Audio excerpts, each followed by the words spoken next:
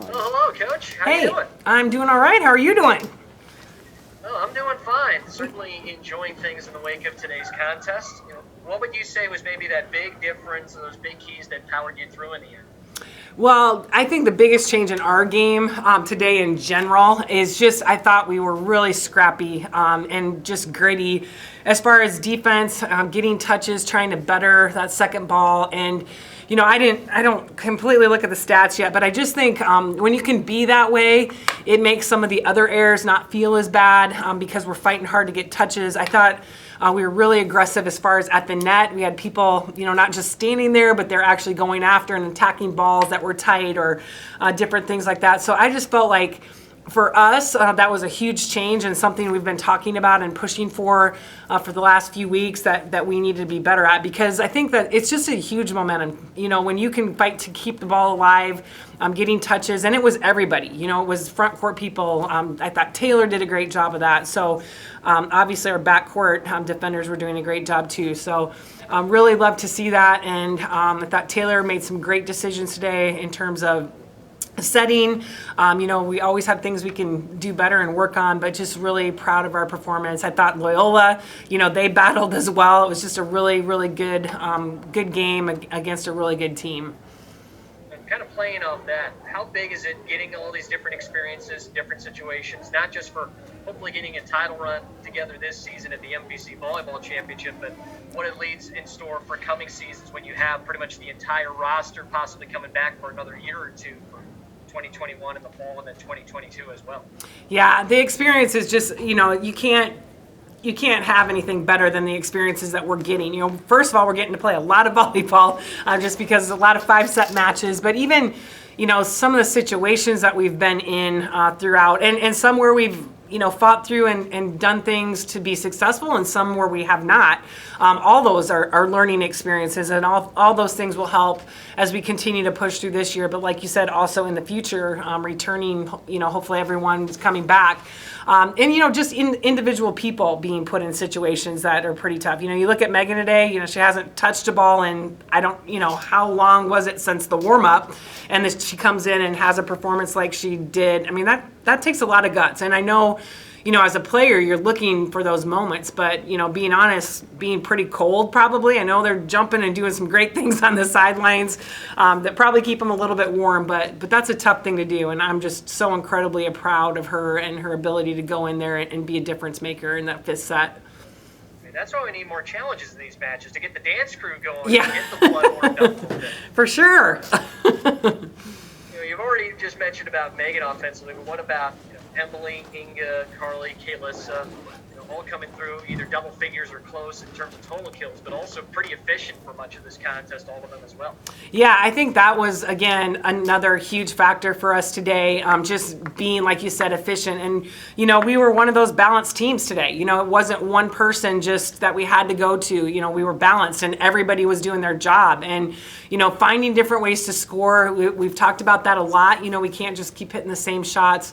I thought, even some of the errors we had, I took as really good errors. Carly Spees tried to hit a couple shots that I was glad she tried to hit or just missed. We had that from a couple people, but I just think the more balanced we can be, the better it's going to be for anyone. And I just really feel very confident in any of our hitters. It can be any of our hitters having the night where they, kind of go off and be the go-to player, or we can stay very balanced where, it's not just one single player like it kind of was tonight, but very confident in all of them. And, I think Taylor does a good job of, recognizing where to go to. She's still learning some of that, and she will continue to learn that and get more advanced with that as she goes through her career here, but I thought she did a really good job tonight and, stayed calm and cool. We had a couple rotations where we got stuck a little bit, and I think in the past we've let that affect, the next set or the next, rally or whatever, and I thought we did a good job of, okay, that was a really big run there, but, now we got to bounce back and just focus on this next point here. One of the things I've been meaning to ask about all season is that, this year when you're playing on just one side of the net versus switching back and forth, how big of a difference does it make, whether it's the backdrop, airflow, or anything else that might affect the competition side of things? Yeah, it's interesting because I think there's definitely some arenas where it makes a difference. But I also think, if you get used to one side, that helps because you're not switching to that other side where it might be a little bit different. So I do think there's pros and cons to that as far as, obviously if there's a glaring difference in sides that, it's probably tough if there's some, and I don't think any arena we've been in so far has had that. But, an arena like ours or some of the bigger arenas, there are some air things that make a little bit of difference. So I don't know if it's, like I said, I think there's pros and cons to it, but I don't think anybody's really focused in on, one side being different. It's not like we have a wind factor in terms of the weather, which is good because that might be a little bit of a difference there. But it's, it'll be interesting to see if some of these things that we're doing for COVID, stay. That definitely could be a possibility.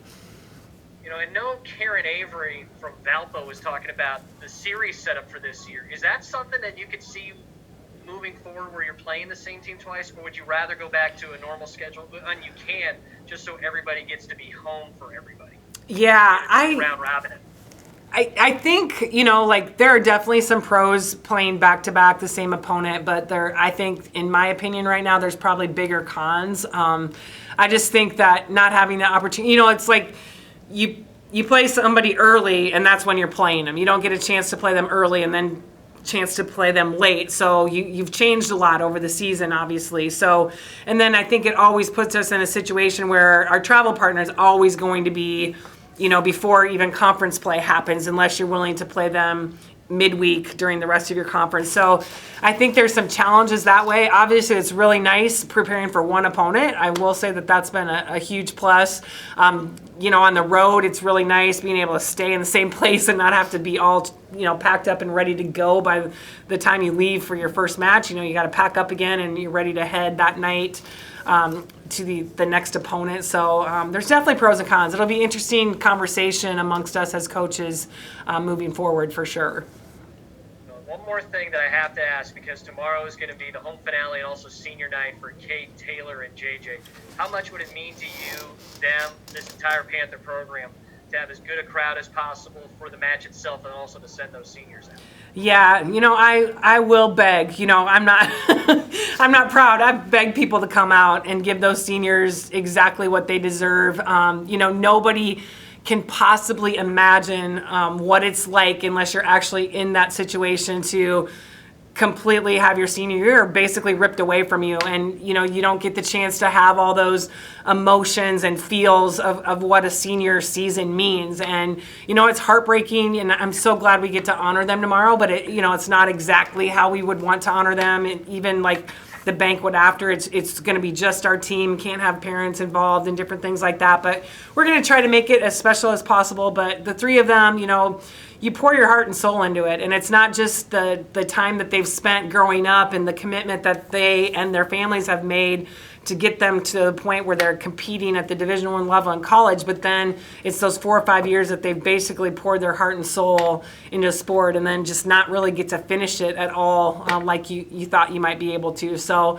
and again, unless you've had to do that, you have no idea what it's like to navigate through that. So incredibly proud of those three. They've meant so much to our program, and just excited that we at least get to bring them back and have them step out on that McLeod Center court another time for sure. All right, thanks for joining me for quite a few questions today. You really put in some overtime on this after putting in overtime for the match, and certainly we wish you the best of luck with Loyola tomorrow. All right, thanks a lot, Chris. Appreciate it.